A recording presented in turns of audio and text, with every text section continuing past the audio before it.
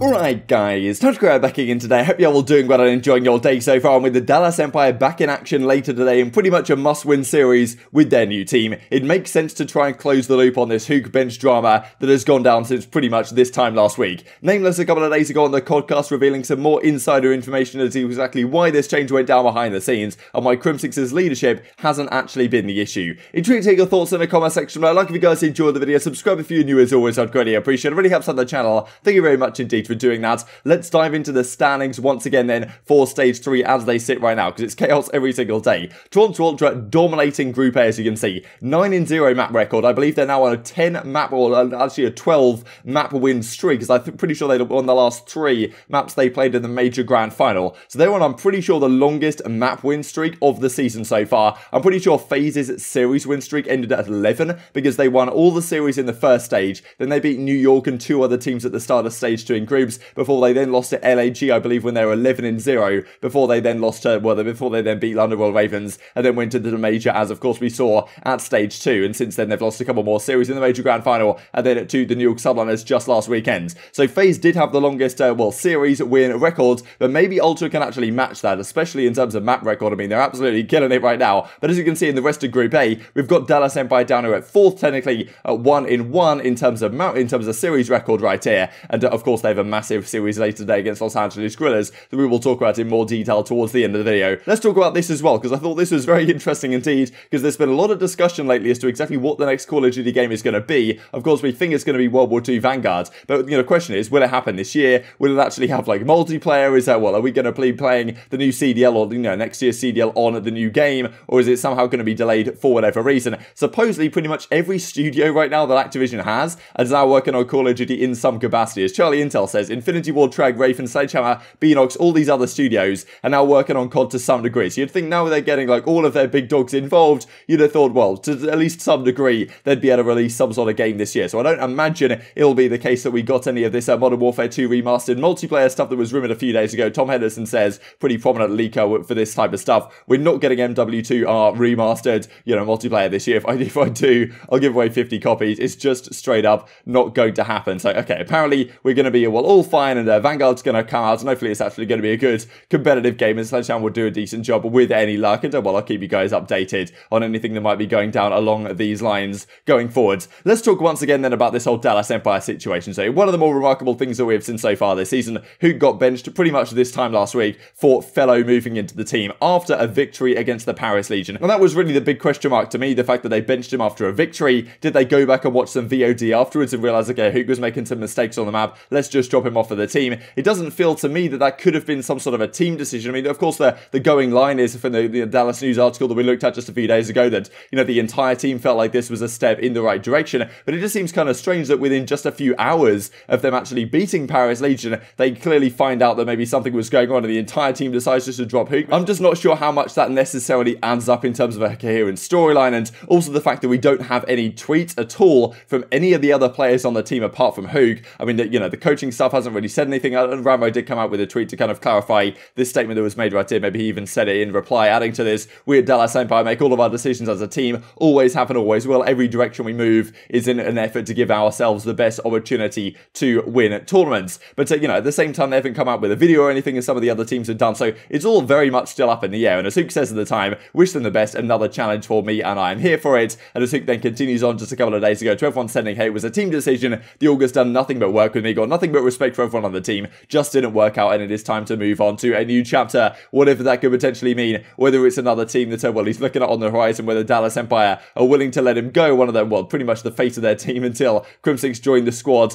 these last couple of seasons. So it's pretty crazy stuff. And also you've got tweets like this from Crimsix, of course, after they lost to Ultra, but none of the other guys on the team have even really, recognized on Twitter that any of this type of stuff has happened. So Nameless is talking about it on the podcast a couple of days ago. Guest asks, okay, exactly what's going on here, right? The fact that last year They had Crimsix and Clayster on the team. We saw the explanation from the Dallas News article just a few days ago now, talking about the fact that they felt like Kyler and that big Huke needed to step up in terms of communication and leadership in that sense that they lost with Clayster, and they really didn't feel like they kind of got that out of Huke, and therefore they decided to bring FeLo in instead of him for like a comms issue. But then just a few days before that, they were talking about the routes that were being a problem, and so it's all kind of confusing. And Nameless seems to know exactly what's gone. He seems to have talked to the players behind the scenes and understand exactly what is going on there. And there's been a lot of, well, criticism, I suppose, thrown Crimsix's way, saying, look, ever since Clayster left this team hasn't been the same. They haven't quite been winning the championships that they were. Can Crimsix kind of bring the full leadership that the other team had when it had Clayster before? And is it Crimsix's fault, in effect, that this team has, got to the point where Huke has to be the man getting dropped out of the team? Nameless is saying that really isn't the case. It's more of a team decision, and Crimsix's leadership is certainly not to blame for this issue.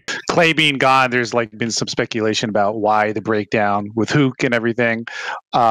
So like, what do you think some of the strengths and weaknesses are for Crim in currently leading this roster? Or is FeLo someone to also help him out the way Clay helped him out last year? I know every detail of the situation that happened. I talked to him. I know. I'm not going to share because it's not my business, but Crim is a good leader, and it was not a Crim versus Huke thing. I'll leave it at that. Okay. Okay. It was not. So that narrative, your question is implying, can Crim be a good leader? And do you think, and like, was his leadership the reason that this team fell apart? That's what your question implied. And no, it was not. Crim is a great leader. Yes, he can get high-headed at times, but clearly that is the path to being a great team because it's worked time and time again. He was leader of the OpTic team with formal Scump Karma. That was he was the leader. It is a good question because that is a narrative within the community that I've seen people post. Like, is Crim a terrible leader? Is he the reason that the team's exploded? I know the details. Yep. He's not. It's not his fault. It's no one's fault. It's not. It wasn't a Crim versus anybody thing. He wasn't being a tyrant. If anything, from what I've heard, Crim's been a fantastic leader and a great teammate. I have a lot of respect for Crim.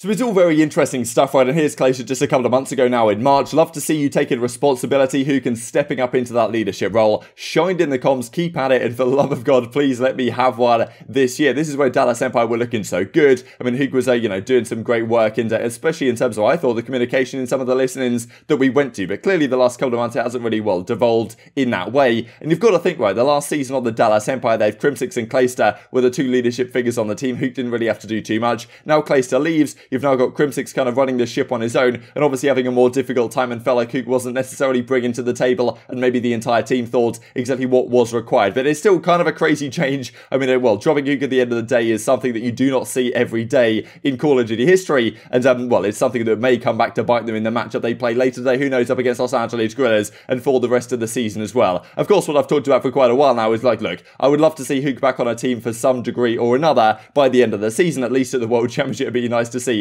Huke actually do something, but Dallas Empire, of course, at the end of the day, it's a business. They're not going to let a guy like Huke go to just walk to another team and then demolish them at the World Championship, as he may be well inclined to do. But something a few of you guys were pointing out in the comment section about a few days ago was regarding which teams could potentially get him, because I've just highlighted two on screen right here, and I thought it was kind of interesting in terms of, looking at this from the business relationships that Dallas Empire have with these teams, because last season, during the off-season, clearly they came to a great agreement with the New York Subliners for Clayster, right? Like, during the off-season, Clayster, they knew they had to drop him because it was 5 versus 5 to 4v4. They decided to get rid of Clay. Was that correct decision? I mean, maybe you can look back on it now and say, okay, maybe we could have made some different choices, but okay, that's the decision they decided to make. I think it was a bad one by any means, but Clayster, of course, had to find a new home, and Astro talked about to some degree at the time the fact that, to some length at the time, the fact that, they wanted to do the best by Clayster, wanted to try and get him as quickly as he could to another team that wanted his services. That ended up being New York, and clearly they have some existing relationships there then with the guys over at, the New York Subliners to actually make this deal get done in a pretty quick fashion. I'm pretty sure it was one of the first deals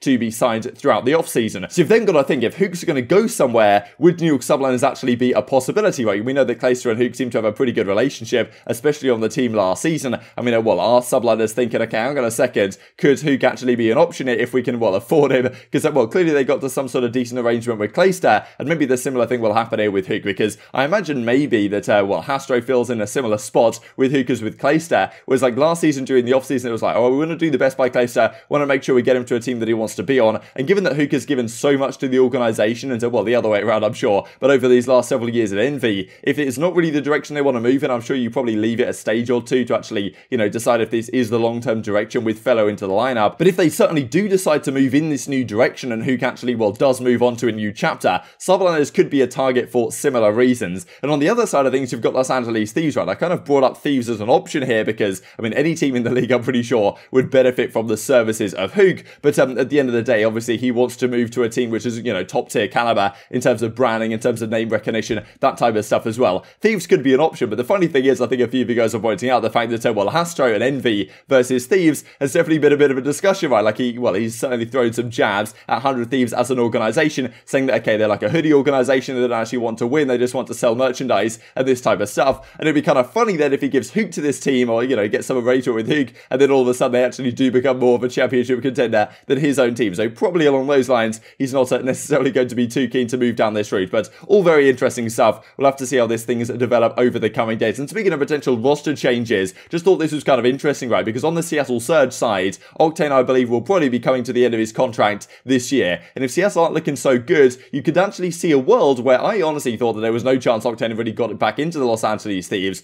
just because they've got Slasher over there now, right? And you're not going to have two main assault rifles. However, Kenny actually being the second AR in terms of like a really quick AR, which is almost what he does now. Like, he's kind of a main AR in terms of he always uses the Krig, but he's probably even quicker than how Drazah plays on the map. So you can imagine a world where Octane comes back in for Drazah, as he says right here, might have to fix that if, you know, you never lost those with me talking about that checkmate gunfight that we saw not too long ago. So very interesting stuff. Who knows exactly what will happen this off-season, but I'm sure some roster moves are being considered because Octane's probably in a spot where he's like, wow, maybe I've wasted a couple of years of my prime on this Seattle Surge team. Can I actually find a team that has the potential to win events once again? Thought this was interesting as well. We'll have to see later today, or at least tomorrow on the Sunday, when Dashy's going to be playing for the OpTic Chicago guys up against Los Angeles Thieves, whether he decides to bring out an FFAR, because as Parasite says, I used it one map and had 50 kills with it, so maybe it is actually good enough to see some use. Thought this is funny from Arcitys as well, given we're just about to talk about the series that FaZe are going to play later today. Can you all add finishing moves to my account? I'll love you forever, so Arcitys can continue humiliating the opposition. I think I even already talked about that in a video, but I thought it was pretty funny regardless.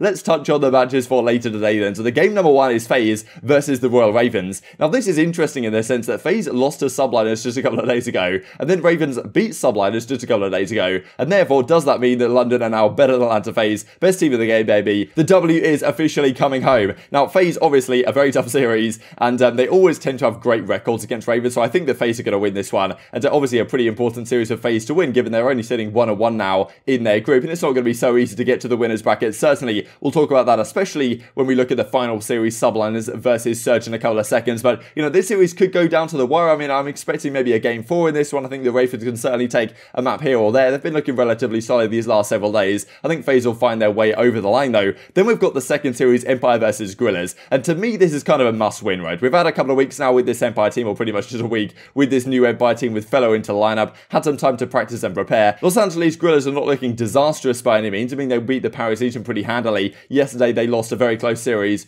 to the Toronto Ultra, but Dallas Empire just, well, should be, in theory, a different breed to a team like Los Angeles Gorillas, and if they struggle to get over the line here, I'm sure questions will be raised about whether this Huke change was the correct decision to be made. But if they win this series, of course, a massive one for them to win, given the standings right now in the group, for them to actually get out into the winners bracket. And then the final series, also very important for who gets top 3, because right now in Group B, realistically, there's 4 teams that have decent chances to actually get out into the top 3. Now, all the teams, I believe it's possible, because as you can see right here, OpTic, Thieves, FaZe, Subliners are really the ones that you think have the greatest chance here. And Ravens, of course, playing FaZe, and they're yet to play some of their harder series, so it's going to be tough for them, and Seattle already down here at 0-2. However, if Seattle manage to find a way to win this series against the Subliners, that really does switch things up, and Subliners, I'm pretty sure, need to win this one if they want to get a chance of the winners bracket in the major. But I'm intrigued to hear your thoughts on all this stuff in the comment section below. Hope you guys enjoyed the video. If you did enjoy it, I'd greatly appreciate a like on the video. It really helps out the YouTube algorithm. I know you enjoyed this content. Other people like you may enjoy this content as well, and I'm growing the competitive Call of Duty community. Thank you for watching as always. Take care, and I will see you next time.